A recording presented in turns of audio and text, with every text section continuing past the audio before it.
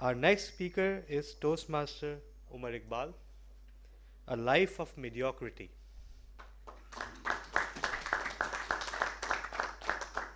A Life of Mediocrity, Toastmaster Umar Iqbal. Honestly, before I begin, I don't know if it's the speech or something about the story that I'm going to share that my heart is going thug, thug, thug, thug. Ladies and gentlemen,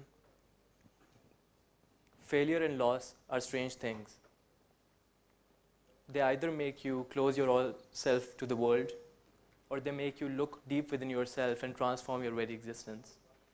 And perhaps when you're used to facing them repeatedly in life, you no longer fear them and in fact accept them as a reality of life. I wasted 20 years of my life because I had no one who really believed in me, least of all myself.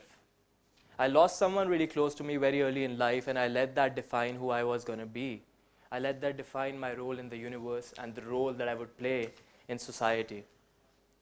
I failed repeatedly in many of my classes, not because I was dumb or I was incapable, but because I didn't feel the desire to do anything in life. I had lost that thing early on, and it defined who I was. And I wasted those 20 years, and I would have kept on that way, but gratefully something came along. It was a tiny realization, but a much bigger loss that turned it all around. Being the first one in my family to go to college, and losing my grandmother who had played the role of both parents, I began to realize how blessed in fact I was, and the many sacrifices that had been made to get me to where I was today. I had been selfish. I had been thinking from my perspective. I had been thinking that I was the loser here. I was thinking that I was the one who should be demanding of everything that the universe has to offer. But I realized when I saw the people around me and the kids around me and the children around me that there was so much more that I could do to make this world a better place. In the words of Thomas Paine, I said to myself, I do not wish to be a common man. It is my right to be uncommon if I can. I do not wish to be a kept citizen, humbled and dull by having the state to look after me. I prefer the challenges of life to the guaranteed existence, the thrill of fulfillment to the humble state of utopia. I will not bow before any master nor bend to any threat. It is my heritage to stand erect, boldly and say, this is who I am. And ladies and gentlemen, when I made that decision, I realized that I wasn't going to be the smartest person in the room, intelligent person in the room, the most good-looking person in the room, but I realized that I always had the conscious ability to be the most hardworking with the best reliability. And that is really when my life began to change. From a failure, I graduated at the top of my university.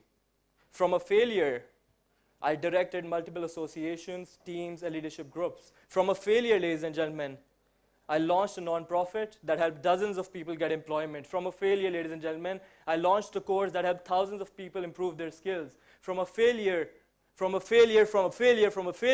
had the opportunity of working for the Futures Leaders program of 2 exceptional organizations. Now that made me think, how can you go from failure to fabulous? And I realized, ladies and gentlemen, that it's tough. But if I can do it, you can too. If I can do what I did, I'm no extraordinary than you are. I'm not here to tell you that there's something within me that's not within you. Now I realize that life is tough. I realize that you have tried to get up, to face those challenges, and you've been pushed back over and over again. But I don't believe that you can't do it. You had to fight 5 million sperms to get to where you are today. And it was all because of a decision. And a decision that I made, मैंने focus नहीं किया कि मैं क्या था. But मैंने focus किया of what I could become. I did not focus of who I was, but the focus was on who I could potentially become and the contributions that I could make. And was it easy? Was it easy? No. It's not easy. It's simple. It's very simple. You just do it and you do it and you do it. It's very simple, but it's not easy.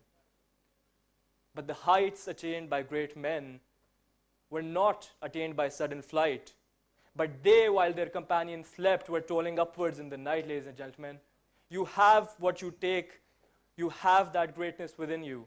You have the ability. I wasted those 20 years. I have the pain of regret, the pain of shame, the pain of lack of support, the pain. But you have your life. You can change your personal history the moment you step out of this room. You can change who you are and who you've been for your life. It doesn't matter what people think. It doesn't matter what you've been through. In the words of Rocky, it's not about how hard you're hit. It's about how hard you can get hit and keep moving forward. It's about how much you can take and keep moving forward. That's how winning is done. Now I want to leave you today with something that's really close to my heart and has helped me face a lot of challenges that I've encountered over the past so many different years.